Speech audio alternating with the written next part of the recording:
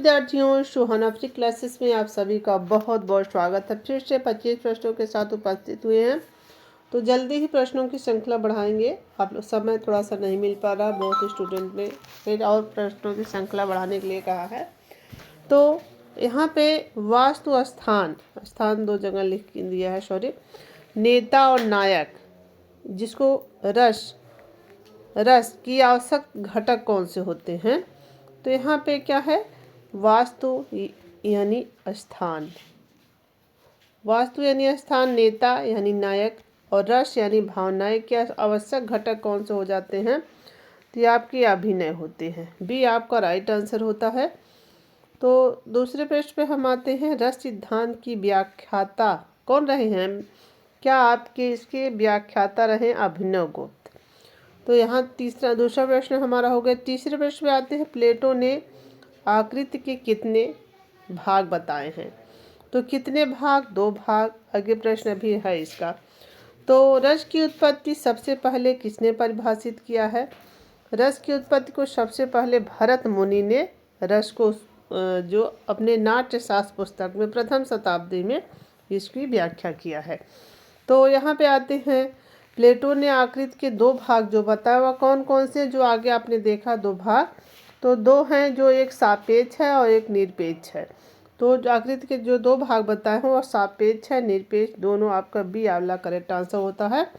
छठा प्रश्न हमारा होता अनुभाव। अनुभाव के कितने भाग होते हैं? तो अनुभाव आपके 3 भाग होते हैं। 3 सी वाला करेक्ट आंसर होता है। Critique of pure reason, critique of pure reason पुस्तक के किसकी एक लेखक होते हैं? किनकी पुस्तक होती है? तो प्योर रीजन आपके किसकी हो जाती है? इनुअल कांट की हो जाती है। तो किसकी हो जाती है? इनुअल कांट की हो जाती है। कला एक प्रकार का प्रतीक है, कला एक प्रकार का प्रतीक है, यह किसने कहा है? तो जिनका हमने आप लोग को बहुत ट्रिक से बताया था, सुजैन लैंगर। क्या है? Feeling of Ram.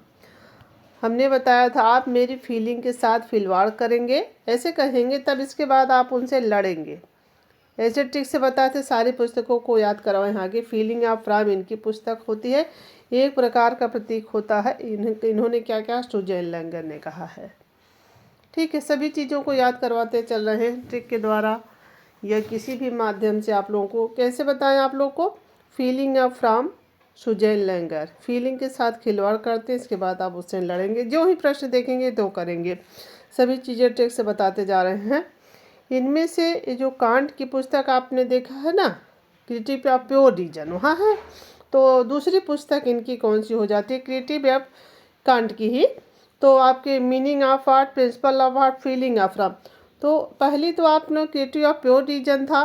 तो प्योर रीजन के बाद एक दूसरी पुस्तक होती है कांट की, क्रिएटिव ऑफ प्रैक्टिकल रीजन। तो ठीक है, यहाँ पे पहला वाला correct. Meaning of art, Harvard read, meaning को हमेशा रीड करना, इसी मीनिंग को। प्रिंसिपल ऑफ आर्ट, कॉलिंगवुड, यानी प्रिंसिपल को कॉल करना है, कॉलिंगवुड हो जाते हैं। फीलिंग ऑफ राम अभी अभी हमने आप लोग को बताया, सुजैन लैंगर का है। जानबूझकर आप मेरी फीलिंग के साथ खिलवाड़ करते हैं सुजैन, और तब लड़ाई करेंगे। सुजैन लैंगर इतना हो जाएगा प्रश्न। जो देखते हैं ट्रिक के द्वारा पढ़ेंगे तो तुरंत कन्फ्यूजन नहीं बनेगा। किसके अनुसार शिव शक्ति है? जो आनंदप्रद है, क्योंकि वह शिव है। किन्होंने ये बात कही है? किसके अनुसार सौंदर्य शिव है? सौंदर्य जो शिव है, इसमें जो आनंदप्रद है वह शिव है। तो ये अरस्तु द्वारा कहा गया है। आनंदप्रद क्या करेंगे आप लोग? आनंद को ही अरस्तु से मिला लेंगे। यहाँ पे ऐसा कोई चीज़ नहीं है ना, आनंदप्रद है, अरस्तु ने कहा है। कला शब्द का सर्वप्रथम प्रयोग कहाँ पर हुआ है? सबसे पहले कला शब्द का प्रयोग आपके ऋग्वेद में होता है, आप लोग भी जानते हैं। तो विश्व धर्मोत्तर पुराण उत्तर विभाजन नहीं, इसके अंतर्गत नहीं आते हैं। चित्र विभाजन के अंतर्गत नहीं आते। तो वड़िका किसके अंतर्गत आती? षडांग का एक भाग होता है जो कलर को बताते हैं। जबकि सत्य, वाड़िक और नागर 4 भाग हुए इसके। देखते हैं यहाँ पे कला शब्द का यथार्थवादी प्रयोग, यथार्थवादी तो आपके भरत मुनि के नाट्य शास्त्र में होता है। फिर यह संचारी भाव की संख्या कितनी होती है? हमने आपको इसको भी ट्रिक के द्वारा बताया। संचार यानी बराबर चलने वाला, लगातार, यहाँ जो 3-3 दे रहे हैं लगातार 3-3-3 ऐसे कहते संचार हो रहा है एक, तो आप लोगों को भूलेगा नहीं। जबकि अस्थाई भाव होते हैं भरत मुनि के अनुसार 9 होंगे 8 होंगे, और वैसे कला के तो संसार आपके इस तरह से आपके 9 होंगे। और यहाँ पे इसके बाद जो भाव होते हैं, भाव आपके 49 बताए गए हैं पूरे, भरत मुनि ने बताया है ना। इसके बाद एक चीज़ और है, यहाँ ये तो हो गया संचारी भाव हो गया, अनुभाव को आगे हमने बताया ही, आप अनुभाव 2 होते हैं। और यहाँ पे आते हैं तो देवी महिषासुरमर्दिनी, देवी महिषासुरमर्दिनी जो कि प्रतिमा लक्षण का वर्णन हमें किस महत्वपूर्ण ग्रंथ में मिलता है? तो देवी महिषासुरमर्दिनी जो आपके है मार्कंडेय पुराण, मार्कंडेय पुराण में मिलता है। तो यहाँ पे कलाओं की चित्रकला में जो सर्वोच्च स्थान मिला है वो किस ग्रंथ में मिला है? कलाओं में चित्रकला को सर्वोच्च स्थान किस कला में मिला है? तो विष्णु धर्मोत्तर पुराण जो आपके किसके मार्कंडेय मुनि द्वारा लिखा गया ग्रंथ है। मार्कंडेय मुनि इसके लेखक होते हैं। तो यहाँ पे फिर आते हैं 72 कलाओं का वर्णन किसकी पुस्तक में हुआ है? तो ये राजशेखर का होता, आगे अभी प्रश्न लगा हुआ है। 72 कला राजशेखर द्वारा, जिसमें 72 कलाओं का वर्णन किसके नाम बताएंगे? तो 72 प्रबंध कोश में क्या कहेंगे आप लोग? आपके राज्य में क्या है? आपके राज्य में क्या प्रबंध अच्छा है? किसी का राज्य रहेगा तो उसके प्रबंध से जोड़ेंगे, ठीक है। और क्या है? प्रबंध और 72, ब और प्रबंध, तो ब है ना प्रबंध, और 72 ब दोनों में आ रहा है। तो ये जो है आपकी तिलक मंजरी किसकी होती है? आगे हम इसको बहुत ट्रिक से बता चुके हैं, धनपाल की होती है। तिलक रहेगा, धन रहेगा। कला विलास क्षेमेंद्र की होती है। कामसूत्र वात्स्यायन की होती है, आप लोग जानते ही हैं।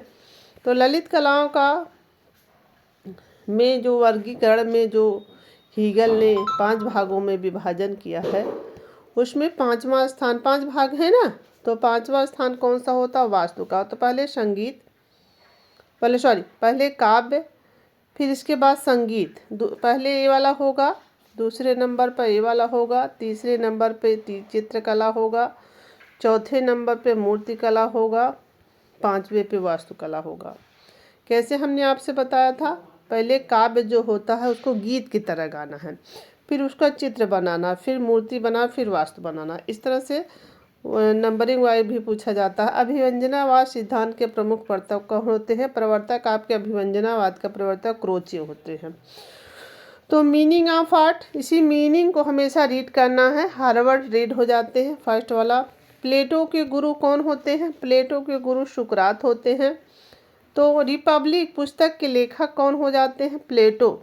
तो क्या करेंगे? इसी प्लेट में खाना, जब जहाँ पब्लिक होगी वहाँ क्या होगा? प्लेट, प्लेट की ज़रूरत होगी भोजन खाने के लिए। अब क्या करेंगे? आप सोचेंगे सुकरात, प्लेटो के गुरु कौन? सुकरात। तब आप लोग कहीं भी कंफ्यूज नहीं हो जाएंगे। इस तरह से ट्रिक से सभी चीज़ों को याद करते जाएंगे। एस्थेटिक शब्द की उत्पत्ति किस भाषा से हुई है? तो यूनानी, यूनानी भाषा आपका राइट आंसर होता है।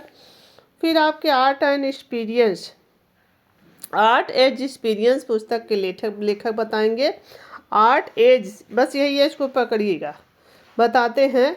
तो नेल्सन गुडमैन। जब जैसे जैसे आपकी एज बढ़ेगी आपका एक्सपीरियंस भी बढ़ता जाएगा। आर्ट एंड एक्सपीरियंस किसकी पुस्तक हो जाती है? एकदम ट्रिक से सभी चीज़ों को याद करवाते चलेंगे। और ये जो हमारी क्लास होगी आपकी परीक्षा के लिए बहुत ही फ़ायदेमंद होगी जैसे टॉनिक का काम करेगी एक। तो आप लोग देख ही रहे हैं, जो स्टूडेंट हमसे बराबर पढ़ रहे हैं वो हमारे ट्रिक को समझते हैं। और आप लोग भी जो नए होंगे चैनल को सब्सक्राइब करेंगे, और ऐसे ही आप लोग का प्यार और सहयोग बना रहेगा तो और भी प्रश्न लाते रहेंगे। थैंक यू सभी को, लाइक शेयर और सब्सक्राइब करते रहेंगे।